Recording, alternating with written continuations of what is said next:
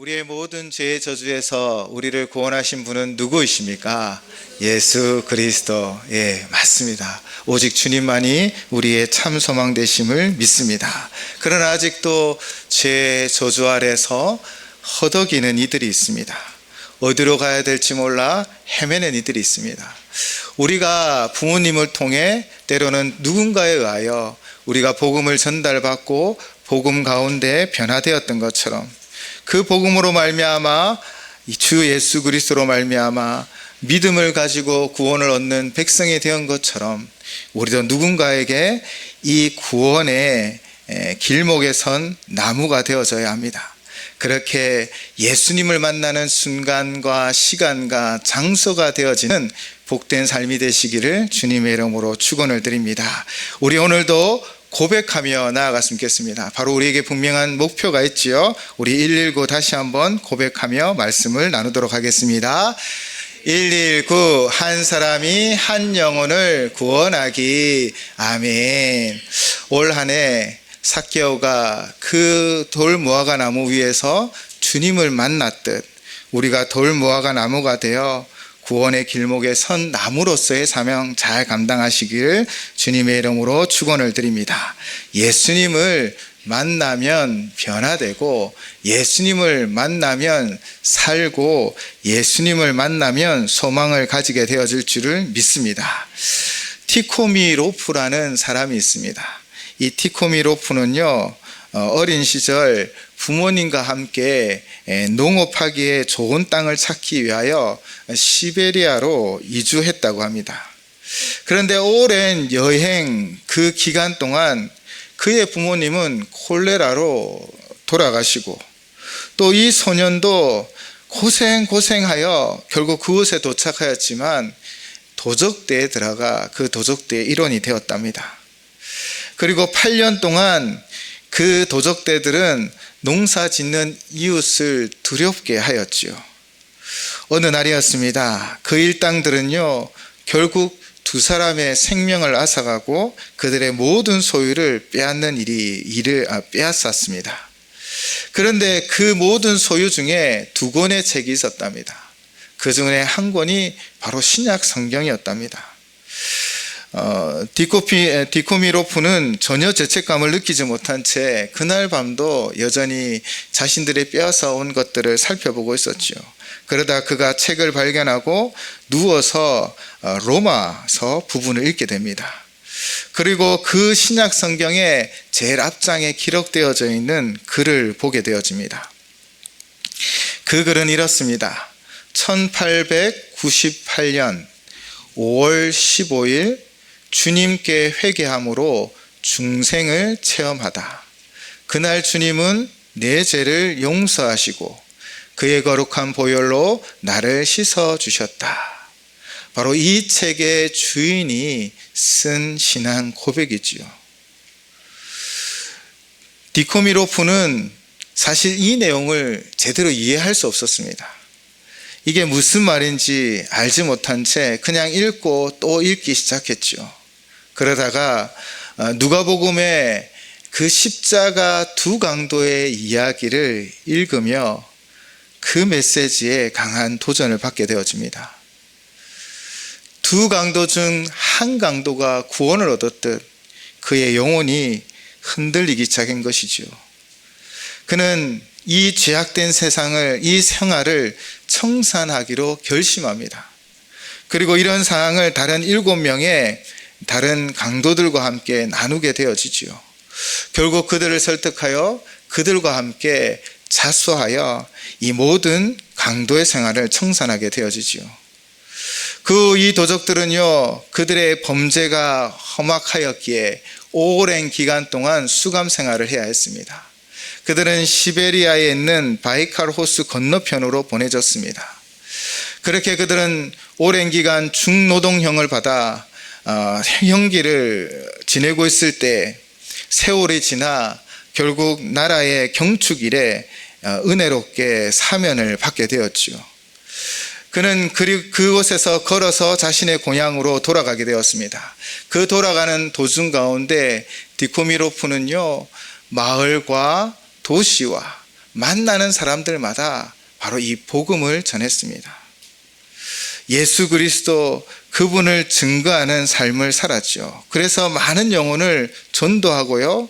그가 가서 간증하는 그 장소는 부흥의 현장이 되었다고 합니다. 그렇게 소스노카로 돌아와서 계속해서 그는 복음을 전했는데 당시 종교적 영향력을 행사하던 성직자들은요, 그를 박해하고 괴롭히기 시작합니다. 거짓을 꾸며 그를 구속시키고 1년간 감옥과 감옥을 전전긍긍하게 합니다. 또 이후에는 그가 이단을 믿는다라고 하여 누명을 씌워 2년이나 또 시베리아로 귀향을 보내었습니다. 그러나 디코미로프는 여기서도 계속 하나님 말씀을 전합니다. 그 후에 그가 죽였던 사람으로부터 얻은 이 신약 성경의 그 첫 페이지, 바로 그 사람이 신앙 고백이 기록되어져 있던 그 밑에 그는 이렇게 기록을 남깁니다. 사랑하는 형제여, 그리스도를 위하여 나를 용서해 주시오. 내가 죄 속에 빠져 있었을 때 당신을 죽게 했소. 주님께서 나를 용서해 주시고 나에게 새 생명을 주셨소. 그의 죽으심은 나만을 위한 것이 아니라 온 인류를 영생으로 이르게 하기 위한 것이오. 이 성경은 나의 굳어진 마음을 생수같이 부드럽게 해 주었소. 그것은 내 목마름을 달래고 계속하여 흐르면서 다른 영혼에게 생명을 주며 활기를 띠게 하고 있소. 이로 나는 그대와 나의 하나님을 찬양하오. 아멘. 자신이 죽였던 사람이었고 그 사람이 남긴 유품이었습니다. 성경, 신약 성경책에 그 사람의 믿음, 신앙 고백이 있었지요. 강도에 의하여 죽임을 당했습니다. 세상에 이보다 더 억울한 죽음이 어디 있을까요? 그러나 그가 남긴 한 권의 성경책이, 또 그의 신앙 고백, 그의 믿음이 결국 한 사람의 영혼을 변화시켰습니다. 디코미로프는 바로 그의 신앙 고백, 또 하나님 말씀 가운데 그 복음이 그 속에 들어와 변화가 일어나기 시작합니다. 그렇게 회개하고 이 세상에 지은 죄의 대가를 치르며 오직 복음으로 살아가기로 결단하였지요. 그러나 그의 삶이 순탄하지 않았습니다. 그를 시기하는 사람들로 말미암아 다시 시베리아에서 2년간 옥살이를 해야 했습니다. 그러나 그는 꺾이지 않았습니다. 바로 예수 그리스도 그분을 만나고 복음을 통하여 그가 변화되었기 때문이지요. 그리고 그는 단순히 이 땅이 영원한 것이 아니라 바로 영원하신 하나님, 그리고 우리에게 주어진 그 영생을 바라보며 참된 소망을 품고 나아갔기 때문입니다. 오늘 본문 1절은 우리에게 이렇게 말하고 있습니다. 그러므로 우리가 믿음으로 의롭다 하심을 받았으니 우리 주 예수 그리스도로 말미암아 하나님과 화평을 누리자. 디코미로프는 믿음으로 말미암아 하나님 앞에 의로움을 받았습니다. 그는 죄인이었고 살인자였고 강도였습니다. 그러나 그는 예수 그리스도를 믿음으로 말미암아 변화되어 하나님의 자녀가 되고 화평을 누렸지요. 또한 그는 그의 죄의 대가를 세상에서 그 감옥살이를 통하여 다 치르기도 하였습니다. 그리고 마지막 그 글을 통해 자신이 죽였던 그 성도를 향한 회개의 고백을 하고 죄 용서의 고백을 드렸던 것이지요. 이처럼 우리가 우리의 모습의 능력과 우리가 가진 힘으로 우리가 구원받은 것이 아닙니다. 오직 예수 그리스도 그분을 만나고 그분을 믿음으로 말미암아 우리는 하나님의 자녀가 되어 하나님과 화평되었음을 믿습니다. 그렇게 디코미로프는요, 살인자요 강도였던 자가 말씀을 통해 복음을 받아들이고 한 사람의 신앙 고백을 통하여 그 믿음을 통하여 변화되어 소망을 품기 시작했다라는 것이지요. 사랑하는 성도 여러분, 우리가 이 디코미로프보다 더 나은 사람일까요? 우리는 손에 칼과 무기는 들지 않았지만 우리의 입술로 우리의 행위로 상처 주고 아프게 하지 않았습니까?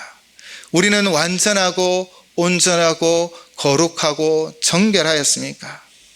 우리는 보이지 않는 세상 가운데 수많은 살인과 도적질과 거짓과 상처로 살아왔던 것은 아닙니까? 그러나 오늘 오직 예수 그리스도로 말미암아 우리에게 새 생명 주시고 새 변화를 일으켜 주시는 우리 주님을 다시 한번 바라보시기 바랍니다. 그분을 통하여 우리는 소생케 되어지고 변화가 일어날 것이며 소망을 품는 존재가 되어질 것입니다. 그래서 바울 사도는 2절에서부터 5절까지 이렇게 말하고 있습니다. 바로 의롭다고 부름받은 자는 환난 중에서도 소망을 가질 수 있다는 것이지요.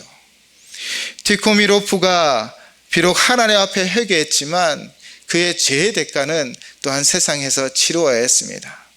시베리아 그 추운 곳에서 그는 아마 묵묵하게 자신의 죄값을 다 치르고 있었을 것입니다. 그 환경이 척박하고 또 자신이 회개하고 돌이켰으나 삶은 자신의 죄의 대가로 말미암아 형편없었고 고난과 고초가 있는 그곳을 그는 어떻게 묵묵히 이겨낼 수 있었을까요? 바로 오늘 본문 2절의 말씀입니다. 또한 그로 말미암아 우리가 믿음으로 서 있는 이 은혜에 들어감을 얻었으며 하나님의 영광을 바라보고 즐거워하느니라. 아멘. 이를 세 번역으로 제가 한번 봉독하겠습니다. 우리는 또한 그리스도로 말미암아 지금 서 있는 이 은혜의 자리에 믿음으로 나오게 되었으며 하나님의 영광에 이르게 될 소망을 품고 자랑을 합니다. 바로 소망을 품게 되었다라는 것입니다. 그의 삶은 도리어 감옥에 갇히고 척박하고 어렵고 힘든 상황이었지만 그에게는 한 소망이 있었습니다. 예수 그리스도로 말미암아 주어진 그 소망이 환난을 이기고 인내하게 하고 연단되어지며 온전한 소망을 이루는 역사를 일어나게 하여 주심을 믿습니다. 그래서 바울은 우리에게 이렇게 고백하고 있습니다. 오늘 본문 3절에서 5절 말씀 한 목소리로 함께 봉독하도록 하겠습니다. 다만 이뿐 아니라 우리가 환난 중에도 즐거워하나니 이는 환난은 인내를, 인내는 연단을, 연단은 소망을 이루는 줄 알미로다. 소망이 우리를 부끄럽게 하지 아니함은 우리에게 주신 성령으로 말미암아 하나님의 사랑이 우리 마음에 부은 바 됨이니. 아멘. 먼저 우리에게 소망이 있다라고 말하고 있습니다. 이는 그리스도로 말미암아 그 믿음으로 가지게 된 것이지요. 비록 환난이 닥치고 고난이 있어도 결국 하나님의 영광에 이르게 되어질 줄을 믿습니다. 비록 디코미로프가 회개하고 하나님 앞에 나아갔지만 그는 이 땅에서 그 범죄의 대가로 수많은 환난이 있었고 어려움이 있었습니다. 또한 복음을 전파하는 그 삶 가운데서도 그를 시기하는 이들로 인하여 이단으로 불리어 또 감옥에 갇히기도 하였습니다. 그러나 그는 이 환난 가운데 인내하였습니다. 그 인내의 이유가 무엇이었습니까? 바로 하늘 소망이 그에게 있었기 때문입니다. 그 인내는 그를 더욱더 연단하여 주었습니다. 바로 그를 더욱더 강하게 하여 주셨고 복음을 땅끝까지 증가하는 증인된 삶을 살게 하여 준 것이지요. 믿음으로 소망을 가지고 살아가는 자는 환난 중에 즐거워한다라고 합니다. 그 이유가 무엇입니까? 결국 믿음으로 살아가면 어려움과 폭풍을 견뎌내고 인내하여 하나님 영광에 이르게 되어집니다. 우리가 그 마지막 때에 주님 오실 그날 다 영광스럽게 변화되어 하나님의 영광을 누리게 되어질 줄을 믿습니다. 바로 이런 소망이 그에게 분명히 있었다라는 것입니다. 인생은 한 단계 한 단계 나아가는 것 같습니다. 환난이 우리에게 올 때 우리가 소망으로 인내하면 그 환난을 극복하게 되어지고 결국 우리는 더 연단되어 정결하게 되어질 줄을 믿습니다. 이 연단에 대하여 누구보다 솔직하게 고백한 사람이 있습니다.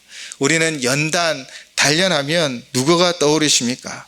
바로 욥이지요. 욥은 욥기 23장 10절에서 이렇게 고백합니다.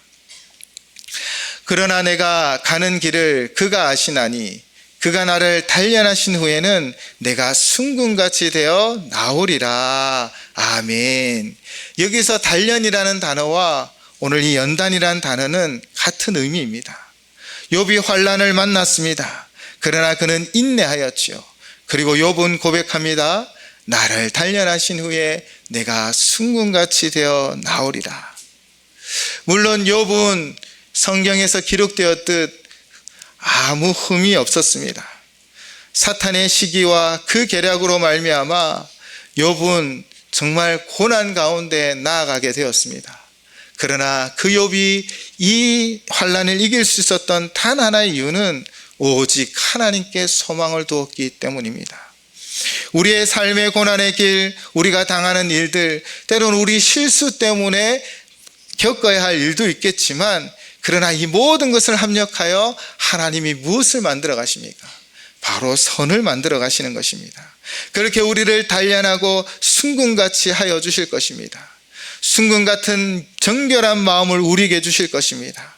순금 같은 믿음으로 더 이상 세상의 욕심과 세상의 것은 사라지고 하나님으로 충만한 삶을 살게 되어질 줄을 믿습니다.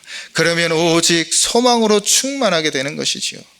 티코미 로프가 그랬습니다. 그의 삶에 희망이 없고 소망이 없는 그 순간에도 그는 오직 하나님으로 충만하여 견디고 인내하였다라는 것입니다. 그는 오직 하나님으로 충만하여 만나는 일마다 주님을 증거했다라는 것입니다. 바울 사도는 성령님으로 말미암아 확신을 말하고 있습니다. 성령님의 능력으로 하나님의 사랑이 우리 안에 충만할 때 우리는 결국 세상을 이기고 세상 가운데 참된 소망이신 예수 그리스도를 증거하는 증인의 삶을 살아가게 되어질 줄을 믿습니다. 사랑하는 성도 여러분, 우리도 확실한 소망 가운데 거합시다. 우리를 택하여 주시고 우리를 불러주시고 우리를 의롭게 하여 주시고 결국 영화롭게 하여 주실 분은 우리 하나님이십니다. 우리의 삶의 어떠한 자리일지라도 그 자리에 함께 하시며 우리를 건져주시며 우리를 인도하여 주실 그 하나님만을 소망을 품고 하루하루 살아가시기를 주님의 이름으로 축원을 드립니다. 이렇게 디코미 로프를 변화시킨 그 십자가, 그 예수 그리스도의 그 은혜, 그 사랑은 어떤 사랑입니까? 오늘 바울은 6절로부터 11절까지 예수 그리스도의 십자가의 사건에 대하여 우리에게 소개하고 있습니다. 바로 그 십자가의 사건은 예수 그리스도의 이 땅에 오심과 그 십자가의 사건은 바로 우리 구원을 위한 필연적인 사건이라는 것이지요. 제가 예수님을 믿고 어린 시절에 이런 생각을 해보았습니다. 예수님을 알아갈수록 그분은 전지전능하시고 또 창조 때에 함께 하셨던 창조주이신데 왜 예수님이 신이신 예수님이 인간으로 이 땅에 오셨을까? 자신이 가지고 있는 무한한 능력을 이 유한한 인간 속에 들어오셔서 유한한 삶을 살아가시는데, 그리고 성경은 그분이 하나님의 본체요 하나님과 동등되다라고 말하지만 그분 스스로 그것을 취하지 아니하시고 바로 자기를 비워 종의 형체로 이 땅 가운데 오셨다라고 하는데, 처음에는 그것이 이해가 되지 않았습니다.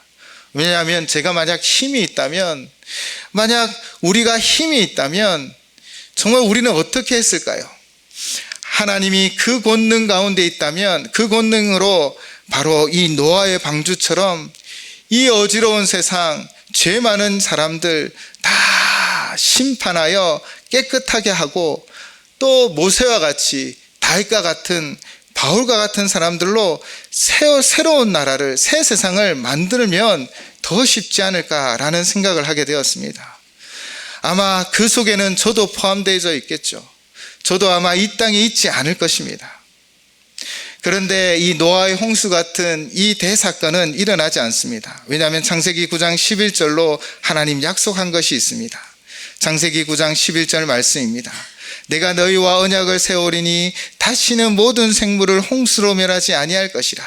땅을 멸할 홍수가 다시 있지 아니하리라. 하나님은 이 약속대로 홍수로 심판하지 않으시지만, 그러나 분명 그러나 분명 하나님은 이 땅을 심판할 수 있는 전능자이십니다. 그런데 하나님이 그렇게 하지 않으셨습니다. 왜 그러셨을까요? 성경을 살펴보면 주의 말씀대로 살고자 하여 결단하고 결산하지만 번번이 실수하는, 좌절하는 이스라엘 백성들이 있습니다. 사실 저의 삶도 마찬가지입니다. 하나님의 사랑을 받았지만 그 사랑대로 살지 못하는 모습들이 우리 모두에겐 다 있습니다. 그런데도 왜 하나님은 세상을 심판하지 아니하시고 하나님은 직접 이 땅에 인간으로 오셨을까요? 오늘 본문은 우리를 구원을 하기 위한 하나님의 예수 그리스도에 대한 그 말씀을 선포하고 있습니다. 오늘 6절을 보시면 우리가 아직 연약할 때 기약대로 그리스도께서 경건하지 않는 자를 위하여 죽으셨도다 라고 기록하고 있습니다. 표준 세번역은 6절을 이렇게 번역하고 있습니다. 우리가 아직 약할 때에 그리스도께서는 제때에 경건하지 않는 사람을 위하여 죽으셨습니다. 그리고 쉬운 성경은 6절을 이렇게 번역하고 있습니다. 우리가 아직 연약할 때에 그리스도께서 시적절할 때에 경건하지 않은 사람을 위해 죽으셨습니다. 기약이라는 말씀은 제때 시적절할 때라는 것입니다. 그 제때와 시기적절한 때는 언제입니까? 바로 하나님의 때입니다.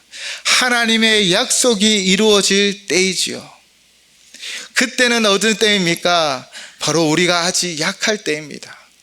우리가 완전하고 우리가 온전할 때 주님이 오신 것이 아닙니다. 우리는 여전히 연약했고 우리는 여전히 죄인이었습니다. 티코미로프 또한 강도였습니다. 그러나 2000년 전에 태어날 우리를 위해 바로 주님은 약속대로 이 땅에 오신 것입니다. 메시아로 우리를 구원하기 위하여 주님이 이 땅에 오셨습니다. 그 메시아의 예언은 성경에 수없이 기록되어져 있습니다.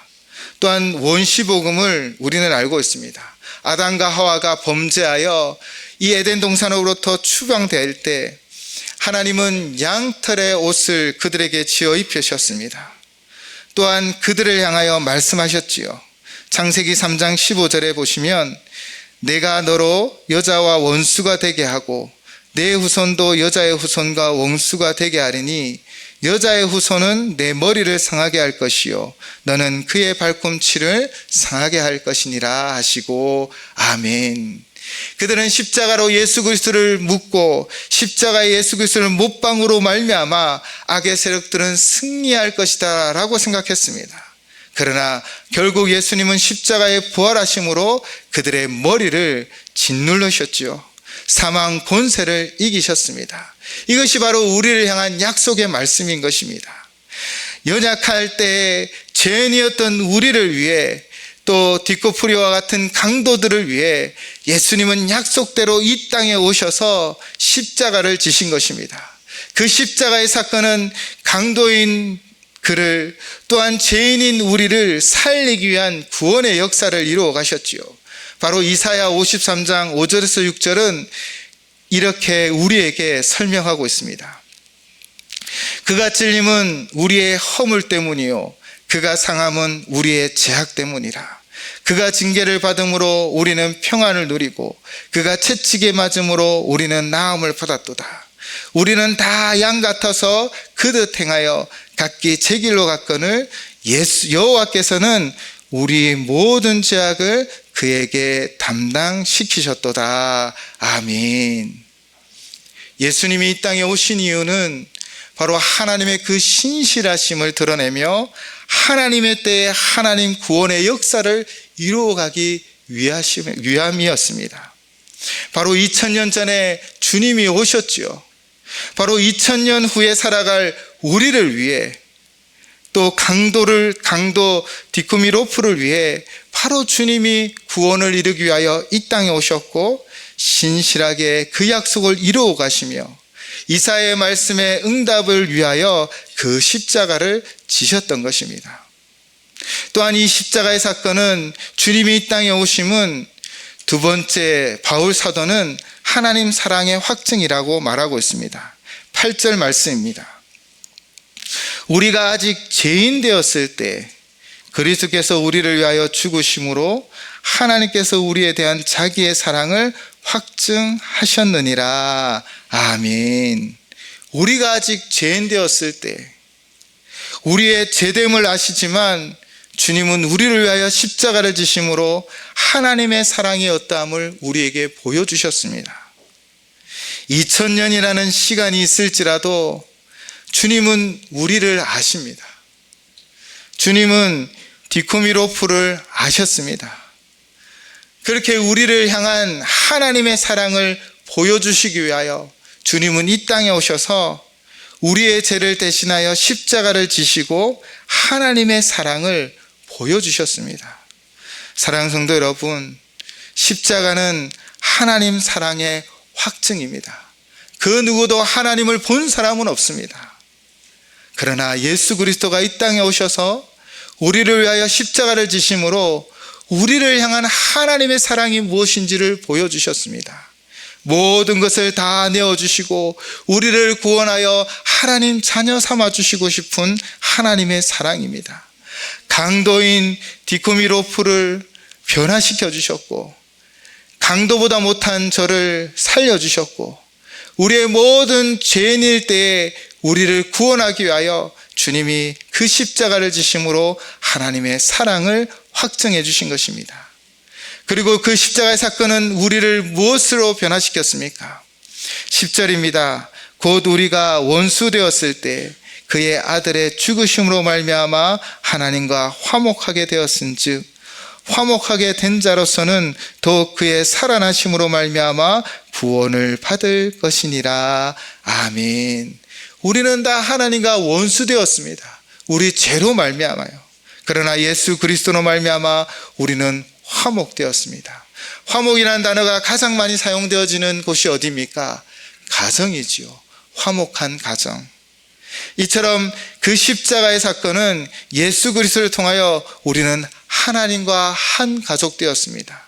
이제 아바 아버지라 부르며 우리는 그분의 자녀가 되어 하나님의 도우심과 하나님의 인도하심과 하나님의 보호하심을 누리게 되어진 것이지요. 사랑하는 성도 여러분, 예수님이 이 땅에 오시고 예수님이 십자가 지신 것은 그냥 우연히 일어난 것이 아닙니다. 바로 2000년 뒤 이렇게 살아갈 우리를 위해 아직도 연약하고 아직도 죄인 되어 있고 또 주님과 하나님과 원수 되었던 우리를 위하여 주님이 이 땅에 오시고 십자가를 지셨고 우리를 화목케 하여 주셨습니다. 이 사순절 기간 동안 우리를 위하여 땅에 오신 주님을 깊이 묵상하는 시간이 되셨으면 좋겠습니다. 죄인인 우리를 구원하기 위하여 십자가를 지신 그 십자가를 깊이 묵상하시기 바랍니다. 바로 하나님과 화목케 하게 되심을 감사하는 이 사순절 기간이 되시기를 주님의 이름으로 축원을 드립니다.